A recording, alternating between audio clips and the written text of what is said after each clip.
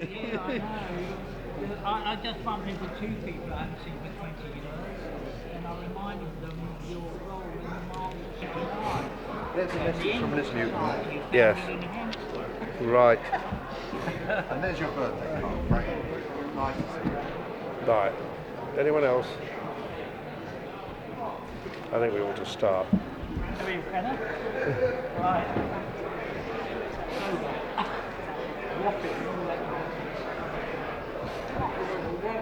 So there's some other people coming in, are there? Is this working? Does this work? Mr. Mayor, friends, we are gathered here today to... Can everyone hear? To celebrate the 90th birthday of Frank Ridley. Frank Ridley...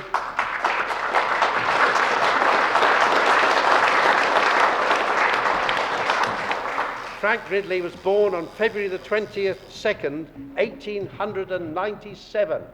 A long, long time ago. And here we are celebrating his birthday. And I would first of all like to ask Vidya Anand, who's parliamentary candidate for Folkestone and Hythe, Executive Committee of the London Labour Party and Chairman of the European Council of Hindu Organisations. Vidya Anand.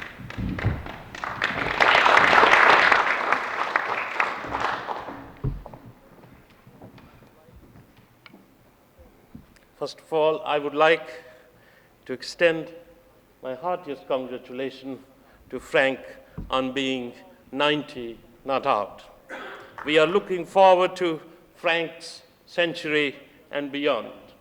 Friends, I first met Frank in 1964.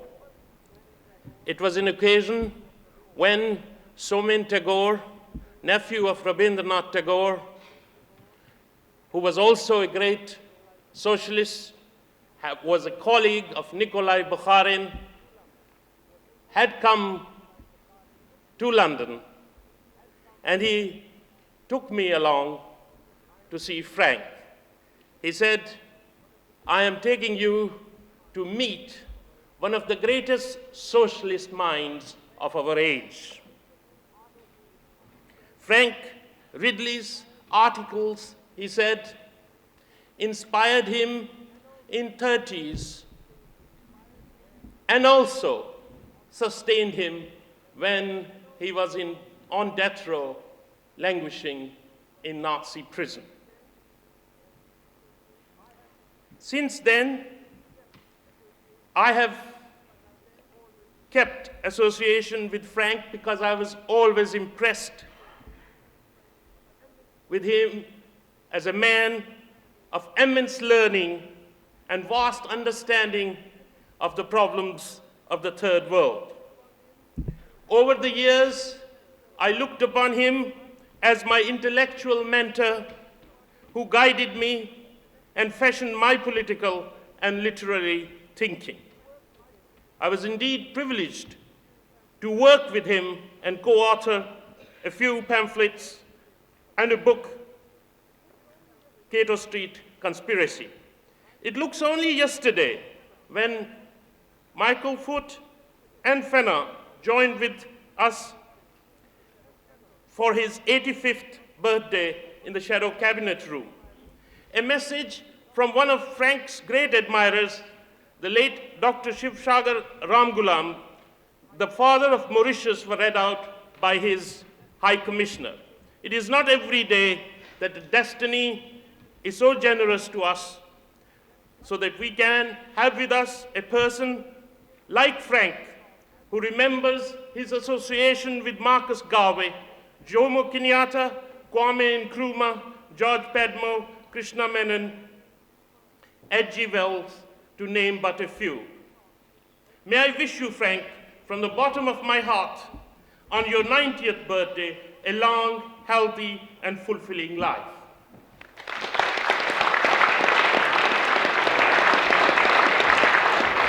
I don't wish to say anything at any length because it's already been said.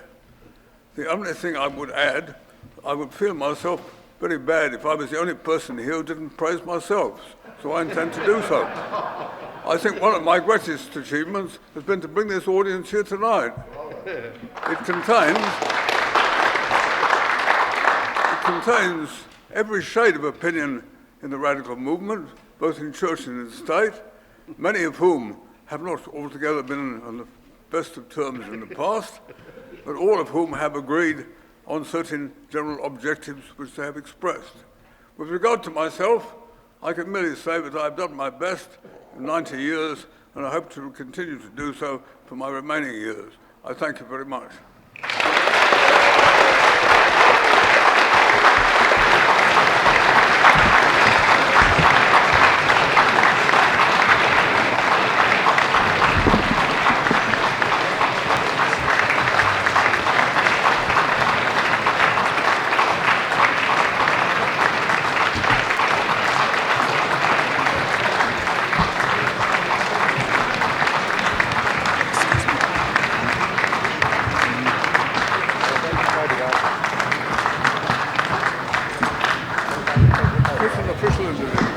Yeah, sort of.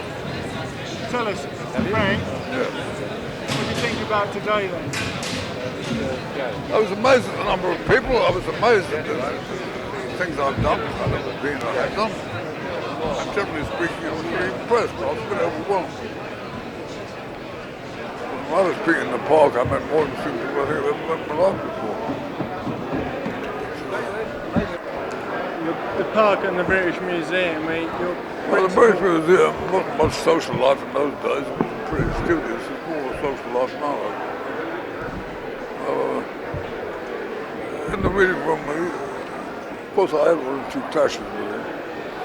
The famous occasion when I wrote in I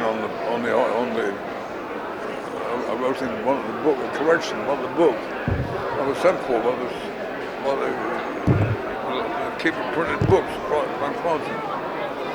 Did you do this? I said, yes. He said, you know, it's the most serious offence you can commit. I said, yes, please, why do you do it? Well, I said, I couldn't stand by idly and see the greatest library in the world peddling falsehoods. The statement's incorrect. Well, he said, I'll make you a sporting offer. If it's incorrect, we won't interfere. If you alter it so it was correct, you'll lose your ticket. You won't get another one. I was correct, so I got because you spent half a century in the British Library studying. I had a ticket in the British Library from 1927, 1982. I wasn't there quite the whole time, but not 90% of it. What were you doing the rest of the time? I traveled the country from 1939, beginning of the war, to 64. Between the wars, I spoke almost entirely in London, Hyde Park, and to some extent in Tower Hill. But basically, I was trying to make a living as a writer at the time. I wrote 10 books at that time, got 9 of them published, made nothing out of them. I did love being in the park. I met some very interesting people there. Well, I met some of them in my family.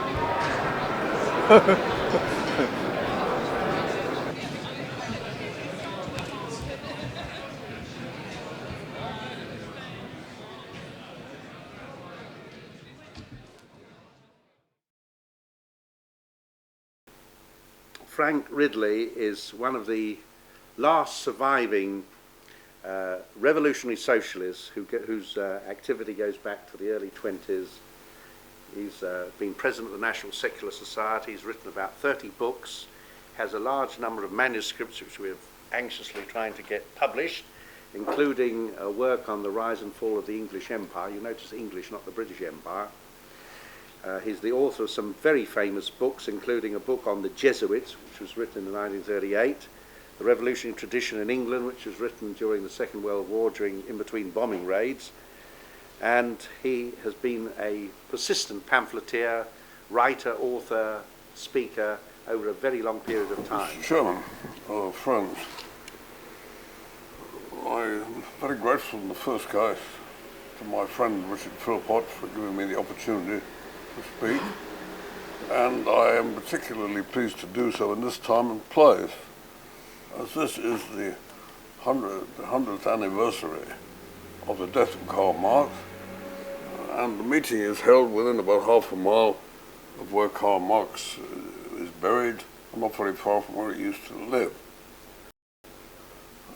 Now, during the course of the last few days, I assume that a very large number of speeches will have been delivered upon this subject. I don't propose to add to the number in the sense that I do not intend to deliver a propaganda speech, and I do not intend to sing a hymn. I propose to give an analysis, as far as the time permits, of the role of Karl Marx in relation to the history of the 19th century and, to some slight extent, the history of our own times. First of all, a few brief biographical notes. Karl Marx was born in 1918. He died in 1983.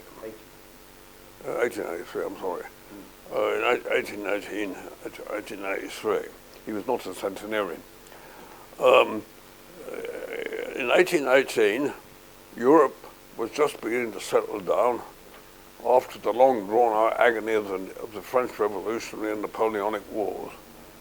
And from an economic point of view, it was developing at tremendous speed from a feudal agrarian economy into the capitalist economy of modern times.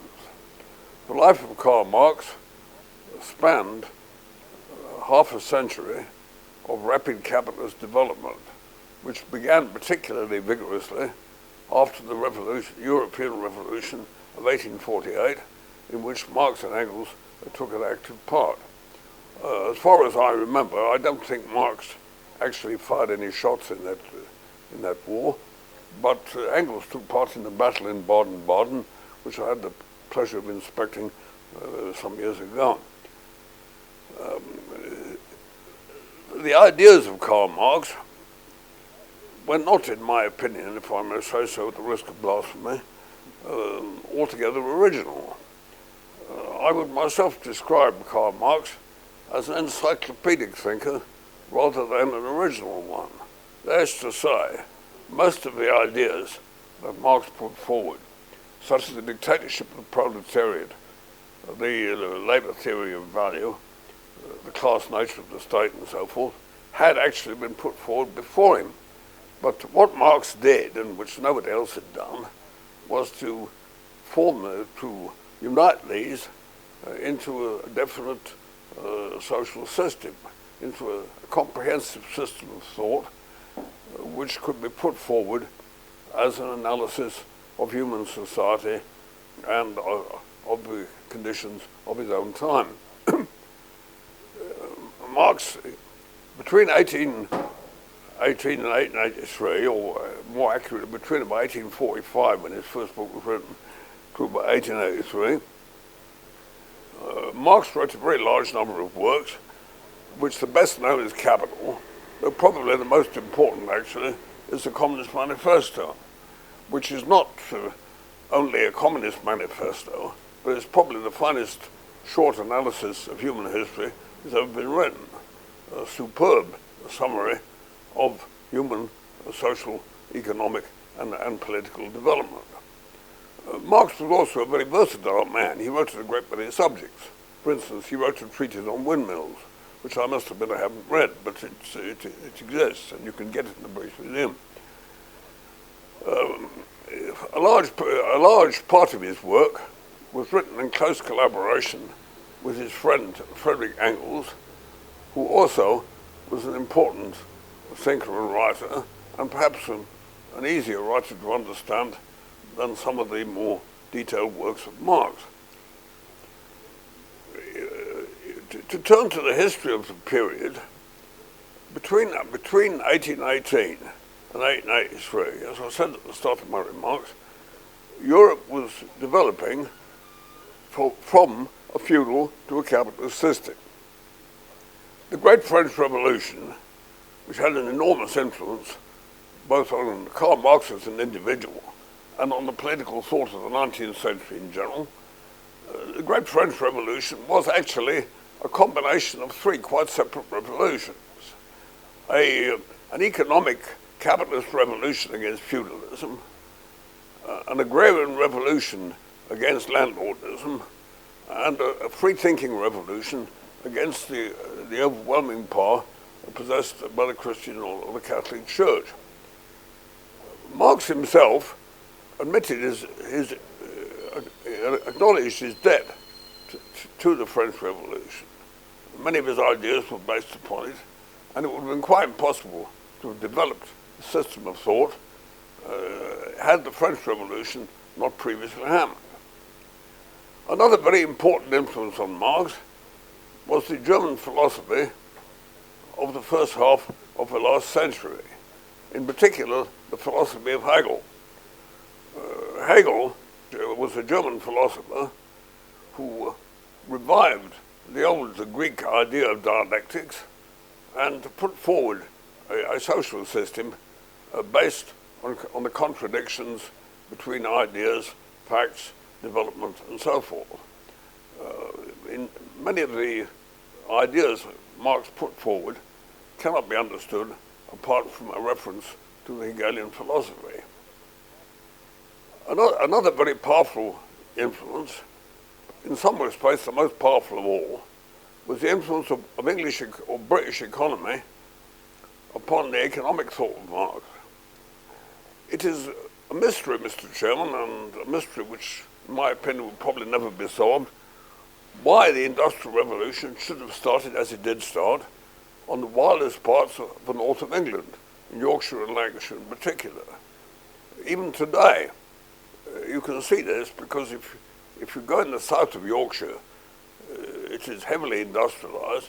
And if you go in the north, I could show you places where you could walk for 20 or 30 miles without seeing a single person.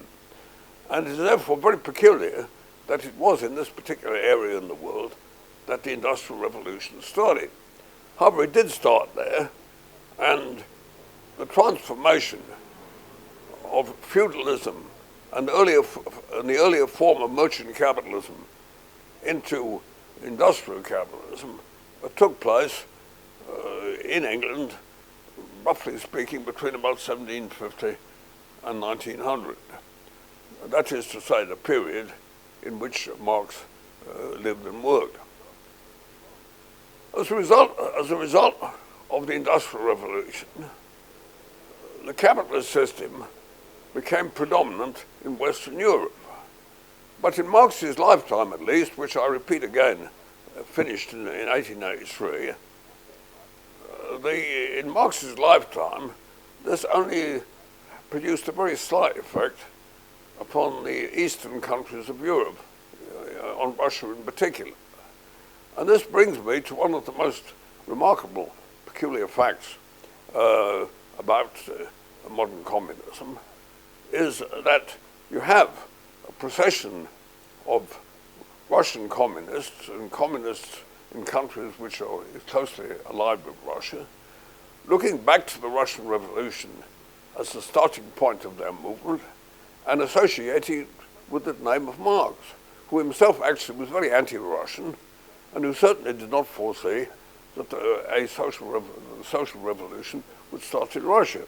He admitted that Russia would eventually have a social revolution, but the idea a social revolution would start in Russia is an idea which became a fact owing to historical development, but it was not actually foreseen by Marx. If Marx and still more Engels, who was even more anti-Russian than Marx, if Marx and Engels were alive today and were able to look back on the last century, they would undoubtedly have supported the Russian Revolution, but they would have been very surprised that the revolution started in Russia and not where they expected it to start, in Western Europe, in either Germany, France, or England. In point of fact, one of the most peculiar facts about the development of modern history is that all the great revolutionaries and counter-revolutionaries alike, Marx, Lenin, Stalin, Trotsky, and equally Hitler, all accepted the proposition that Germany was the natural leader of Europe.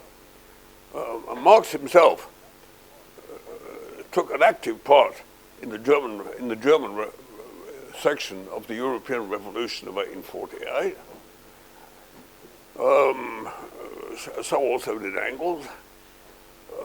Lenin went on record with the remark that the Russian Revolution might only last 3 months, but it would be a success if it started a revolution in Germany. And of course, it is common knowledge that Hitler and the Nazis regarded the Germans as the chosen race. They only differed from the Jews in regarding as to which was the chosen race, but they both believed in the chosen race. Now, Mr. Chairman, Marx pursued, if you like, a double life in the sense that he was an active revolutionary and at the same time an important student and theoretician. He worked, for example, in the British Museum Library from 1849 almost to the hour of his death. I once met an aged American who was aged about 90 at the time who claimed to have seen him, though I can't guarantee whether that was so or not. I myself worked at the British Museum for a long time, but I've never actually met anybody else who claimed that they had actually seen Karl Marx. But for a period of about 34 years, Marx was a regular attendant at the British Museum, and he wrote his work on capital, which is the biggest and the best known, though not in my opinion perhaps the most important of his works. Certainly isn't the easiest to read. He wrote this in the library of the British Museum, but was unable to get it published in England, and it was eventually published in Hamburg. Das Kapital, or Capital in English, is of course the best known of Marx's works. It's a huge tome dealing with a large number of economic facts and theories. It owes a good deal to earlier English economists, but at the same time is undoubtedly a very important work. Its success was immediate. It became enormously famous and popular, so much so that a few years later, in Marx's lifetime, the Roman Catholic historian Lord Acton referred to Capital as the Koran of the socialists. It was to the socialists what the Koran is to the Islamic religion. In my personal opinion, and in this respect, Mr. Chairman, as in others, I would like to say I represent no one but myself, and I have the full confidence of my constituent. In my personal opinion, the most important of Marx's works was the Communist Manifesto, because the Communist Manifesto was not only a guide to action for the communist movement, but it was also a superb analysis of the general development of human history from the earliest times up to Marx's own day. First of all, you had primitive society, then you had the absolute monarchs of the ancient East, then you had the chattel slavery system run by the Greeks and Romans and other races. Then you had the feudal system in the Middle Ages, and that arrives at the stage of fully developed capitalism. In a later work, the Go-To program, written in the 1870s, Marx plunged boldly into the future and predicted the development of socialism into communism in the future. This, to some extent, is still speculative, and as I said before, it has taken rather a different direction to what Marx anticipated. Today, for example, most of the Eastern and even some of the African nations describe themselves rightly or wrongly as socialists, whereas the majority of the Western nations still adhere to capitalism. This certainly would have surprised Marx, because, as I said, Marx believed that first of all, capitalism had to solve the problem of production. Capitalism had to build up the industrial system. Capitalism had to produce a surplus of wealth before socialism would become a possibility. But in actual practice, in the generation that followed his death, things took a different line. it was the Eastern nations who were still very primitive, on the threshold of capitalism, or sometimes not even on the threshold. They are the nations that have developed socialism or developed towards socialism. Whereas on the other hand, the Western capitalist nations are still ruled by people like Chancellor Kohl, Mrs. Thatcher, President Reagan, and other prehistoric individuals of their kind. This state of things, as I said, would not have been welcomed by Marx, and would probably have rather surprised him. Could he have arrived in Highgate tonight, for example, he would be very surprised to find that this country was not a communist country. He undoubtedly expected that communism would develop rapidly. It is a fact, Mr. Chairman, unfortunately, that, well, perhaps I should say fortunately, that the great pioneers are usually very optimistic people.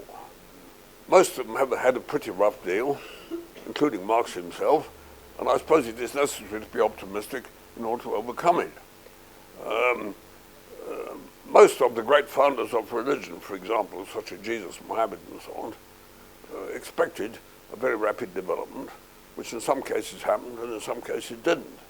But in any case, it is doubtful whether they would have acted in the way they did had they not believed in this development. As far as the practical organization which Marx was connected was concerned, he is mainly known in connection with his work on the First International, which was founded in the late 1860s and after a short but stormy career broke up in the 1870s. It is not possible to refer to the First International without making some observations on the historic controversy between Marx and Bakunin, a struggle which still exists in perhaps a rather different form. Bakunin was a famous Russian anarchist, a great admirer of Marx. He translated Capital, but he was opposed to him politically, and he led the movement which nowadays is described as anarchism, though Bakunin himself did not use the term, in opposition to the state socialism represented by Karl Marx and his supporters. It is an unfortunate fact that the personality cult always seems to obtrude itself in these sorts of discussions. If you refer to a struggle between Stalin and Trotsky or between Marx or Bakunin, you are dealing with individuals. But if you are a good Marxist, you must realize the fact that individuals only represent certain points of view. They represent points of view which are the expression of economic, social, and intellectual development. Now, Marx, between 1848, in the European Revolution, and the 1870s, when the First International was founded, Europe had undergone very rapid development. In 1848, most of Europe was still ruled by absolute monarchs. The church was immensely powerful, and there was a powerful landed feudal aristocracy. In the generation that followed the 1848 rising, capitalism made tremendous headway, and constitutional developments took place under which the masses for the first time received a vote and acquired the substance of political power.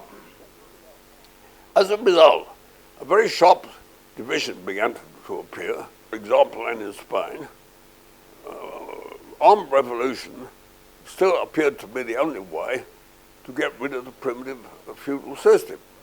And therefore you got revolutionaries advocating violence and organizing for the forcible overthrow of their existing systems. On the other hand, in Western Europe, in England, France, and to a certain extent even in Germany, you got the development of constitutional monarchies parliaments, and in Russia, for a new set of social conditions, which would enable the working class to acquire political power by legal methods. The famous controversy between Bakunin and Marx was really a struggle, in Marx's terms, between these two developments in society. Bakunin and the anarchists represented the primitive, semi-feudal or entirely feudal states, which were still subject to absolute monarchy of the church and so forth, in which were still mainly agrarian with a large peasantry. On the other hand, the Western countries, such as England, France, Germany and so forth, were developing in a constitutional direction. The working class were receiving the vote, and you got the appearance of organized political parties representing the interests of the working class.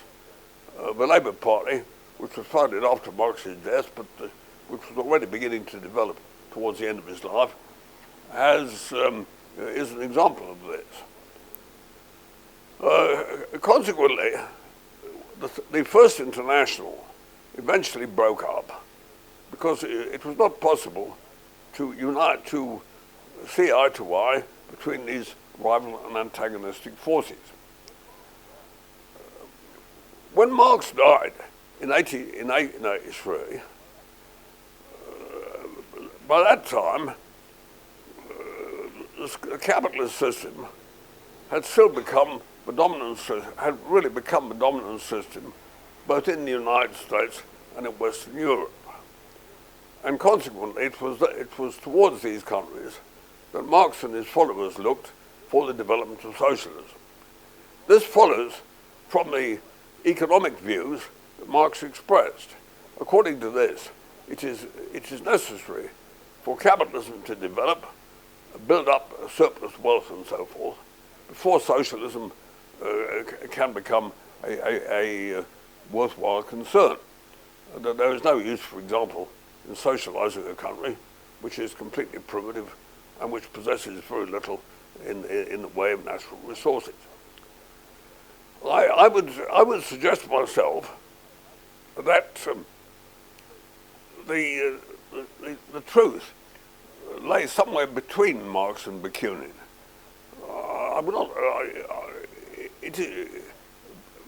The anarchists always claimed that you would not be able, but the factory system would not produce revolutions, it produced robots. And there's undoubtedly a lot of truth in this. On the other hand, while most of the revolutions that have actually happened took place in peasant countries, a peasant economy is still too primitive to build up a worthwhile socialist system. And therefore the Marxist theory, in my opinion, is correct from that point of view. Mr. Chairman, when we look back upon the career of Marx, we often find that he has been praised perhaps for the wrong things. It is not true that Marx was infallible. He would not have claimed to have been himself. If I may quote from an article which I wrote a long time ago, the last word of Marxism is that there aren't any last words. Marxism believes in contradiction. It believes in the development of society through a continuous struggle. If you had a perfect state of society, that would mean there would be no struggle and the whole of society would become completely complacent and completely average. It would become static and would fail to develop. In that sense of the word, you can say that Marxism is a dialectical philosophy. It is a philosophy, to a certain extent, based on the theories of Hegel and of the ancient Greeks from whom Hegel borrowed many of his ideas. It is a system of thought which does not accept finality. It is a system of thought which is continually changing. It is a system of thought made up of a large number of ideas, most of which were pre-Marxist, but which Marx himself organized in a synthetic manner in quite a masterly way. There were, of course, various disagreements between the various sections of Marxists, as there are today. A Marxist reported on one occasion to have thanked God he wasn't a Marxist, which is quite understandable when you consider some of the theories that have been and still are put forward in the name of Marx. But Marx did definitely put forward a system of ideas, and he linked this system of ideas up with the changing ideas of his own time. In that respect, he is perhaps the most important of socialist thinkers. He was not actually, and this is another point in which there's been a good deal of misapprehension, he was not actually the most famous socialist of his period. I would say that the French socialist Blanqui and the Russian socialist Bakunin were at least equally famous for Marx, and possibly more so in his own day. But Marx's ideas have worn better than the other people's ideas. They were more comprehensive, they were more in line with the conditions. And Marxism, as a philosophy, has established itself. One could in fact say that Marx is probably the greatest sociologist of modern times, perhaps even the greatest since the ancient Greeks, such as Aristotle. At the same time, as socialism has taken a rather different line to what Marx anticipated, there is considerable confusion as to what Marxism really is. For example, how far is the Russian Revolution and Russia today a Marxist country? The communist parties throughout the world claim that they are Marxist. Under Stalin, they claimed that they were Marxist. But the Russian Revolution was not foreseen by Marx in the sense that he thought it was going to be the starting point of a world economy. I would say myself that modern communism owes more to Lenin than it does to Marx, and as far as his Russian organization is concerned, it probably owes more to Stalin than either to Marx or to Lenin. Whether that development is a good or a bad one, that is a speculative, a controversial question, which I don't propose to discuss at the present time. It would take at least another lecture. But it is quite clear that Marx was basically a Western European. Basically, he inherited French political philosophy, German philosophy, and the British economy. These were the basic sources of his thought. Marx's whole lifetime was spent in Western Europe. He did, of course, occasionally refer to other parts of the world. For example, he wrote a brilliant article in the early 50s describing the incredible influence that the development of the railway system in India would have upon the immemorially primitive ideas of the ancient Indian religion and ancient Indian customs and ideas. But basically speaking, Marx was a European. His ideas were basically concerned with Europe. They were based on European sources. Economically, he himself was a European, even an American, because for a large part of his life, his sole regular income came from an American magazine for which he was a foreign contributor. He undoubtedly was undoubtedly a product of his own period, and that was a period, the 19th century, which was the century in which Europe completely dominated the world, not only politically and economically, but intellectually as well. There have been a whole series of eras in history, some of which have been dominated from the West and some from the East. But the 19th century was essentially the century in which European capitalism and imperialism dominated the world, and European ideologies spread all over the world. And in that sense of the word, you can say that Marx was basically a European.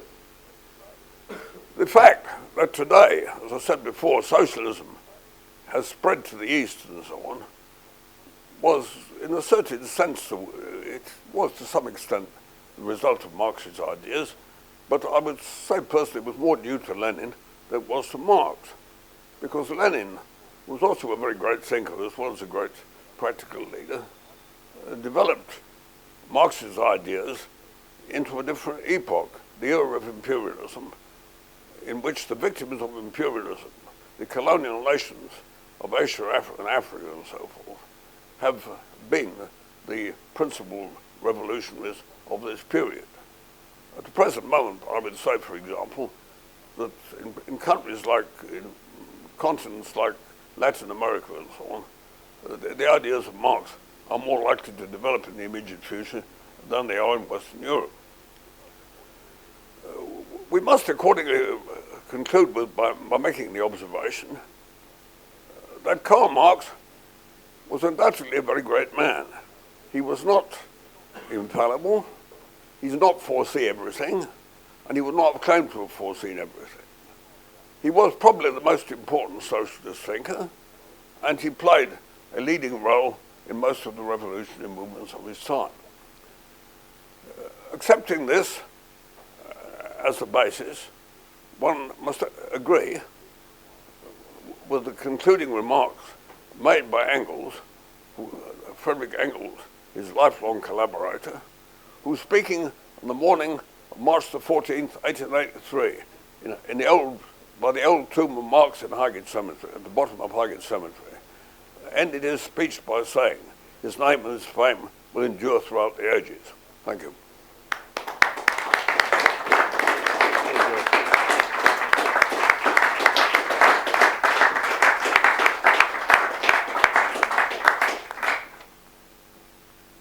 Anyone like to ask any questions or contribute to the discussion? Please. I want to speak up here, Mike. Quickly, Mr. Ridley, towards the end of your lecture, you said what Marx represented within his culture. You said French history, revolutionary practice, German philosophy, English economics, and told us repeatedly Great European. But I feel at that point you left one aspect out, the Jewish, the rabbinical background. Now, this would lead on to another slight question in a way, you see, in the sense that he made a synthesis of those national cultures, the economics from one end, the philosophy from another, revolutionary practice from the third. I would suggest that from the Jewish tradition, he got messianism and added that into his total thing. But this also brings into question his whole system. Because he had, I think E.H. Carr said, he was up pursuing a goal outside history. In the end, it was what Marxism has become is a great religious movement with all its leaders. So you yourself, I met you years ago. I used to meet you on Saturday mornings outside the British Museum, when I was drifting between various sections of the Fourth International, seeking your advice. But what I remember was you talking of the great religious movements, even down to the Mormons, and making a parallel between them. And we also have a question. Anyway, there's my question. Right. Well, if you want my views on Marx on religion, I'd have to give you another lecture because it's a very complicated subject. It depends what sense you use the word religion in.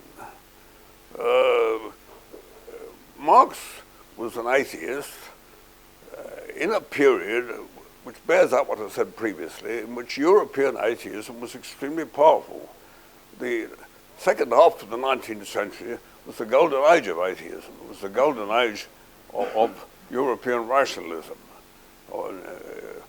During that period, a very large section, in fact I would say the majority of the educated classes of Europe repudiated religion, and so did Marx. He said religion was the opium of the people. Actually, the best definition of religion from that point of view wasn't given by Marx, it was given by Napoleon. There's another man. Tell us what that was. Napoleon defined religion, I quote from memory, I do not regard religion as a mystery of the incarnation, but as a mystery of the social order. Once take away from the poor the idea that there is another world in which there is a different distribution of riches, and they will rise in revolution and cut the throats of the rich. That, in my opinion, is a perfect expression of European rationalism in the 19th century. Marx himself defined it, of course, the opium, well, the sigh of the sigh of a heartless world, the opium of the people, which is quite a good definition, but it's not as comprehensive as Napoleon's. Oh, but that's by the way. The Jewish religion, and I speak with some respect to my eminent chairman, who knows much more about it than I do, the Jewish religion has always had this peculiarity that it has always looked forward to the coming of a Messiah. It has always looked forward to a regeneration of the world. In that sense, you could say, if you like, that Marx was religious. It's using the word in a sense I wouldn't use it, but you could say that. That Marx was looking forward to a golden age in the future when social justice would have been achieved and so forth, just as the prophets of Israel did in the Old Testament, So actually Marx was baptized as a Christian. That was probably because in order to avoid certain social disabilities which were laid on the Jews in the feudal Germany of 1818 when he originated. As far as religion is concerned, I don't think it's possible to reconcile Marxism with any form of dogmatic religion. I don't see how you can. I am myself something of a theologian. I was trained for the church, and practically nearly all the religions that I have any acquaintance with laid down certain dogmas as unchangeable. What's good enough for God is good enough for you. I mean, in the Quran, for example, was written in Arabic, therefore it can only be recited in Arabic. Because if God wanted to speak in Arabic, well, who are you? You should contradict God. All religions have some basic doctrine which is unalterable because it was revealed by non-human agencies. That is absolutely irreconcilable with Marxism, which implies, by the law of dialectics, that society is continually changing, and that all the forces that mold society arise within society itself. In other words, they are terrestrial nor extraterrestrial. That's all I could say, but the subject is one of which I've written quite a lot on, and I could say a good deal more.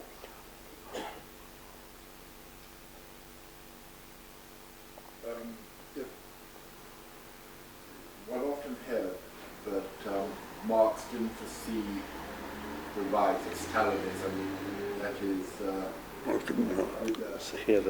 foresee the rise of Stalinism. Marx didn't Can I go on? Yeah. Well, it's a question, really. It's a question. Yes, he hasn't finished it. Marx didn't foresee the rise of Stalinism, and what one means there is that if you have a dictatorship of the proletariat, the dictatorship is going to get out of hand, and you're going to have one paranoid at the top, making the whole thing miserable. Now, one says he didn't foresee it, but you had Buchanan telling him that this was going to happen and warning him umpteen times, and he ignored it, surely. He wants about Stalinism, huh? Yes. Well, of course, the actual phrase, the dictatorship of the proletariat, was a pre-Marxist phrase. It was first used, as the best of my knowledge, by Auguste Blanqui, the French revolutionary, about the year 1830, which is very early in Marx's life. When Blanqui was asked by the judge in the French court who he represented, he said he represented 12 million Frenchmen without property, in other words, the proletariat. And when he was asked what he aimed at, he said the dictatorship of the proletariat. Marx has used the phrase on a number of occasions. Strictly speaking, the dictatorship of the proletariat means that the working class becomes the dominant class in society, or the proletariat being used in the modern sense of the industrial working class. Rosa Luxemburg, another leading Marxist of a later generation, have put forward the theory that the Bolshevik regime in Russia was not a dictatorship of the proletariat, but a dictatorship over the proletariat.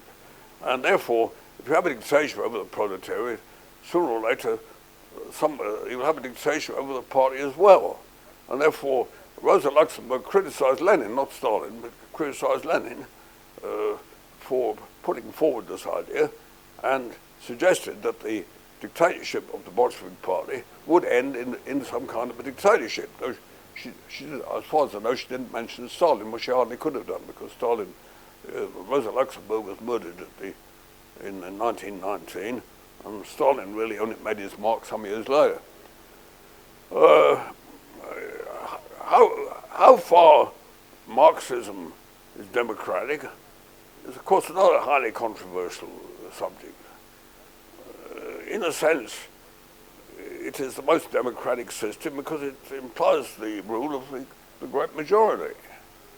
On the other hand, if you have to have a dictatorship over the defeated classes, there's always the danger that this dictatorship will become a sort of boomerang and become a dictatorship over the proletariat. And the regime of Stalin, in my opinion, was a very good example of that.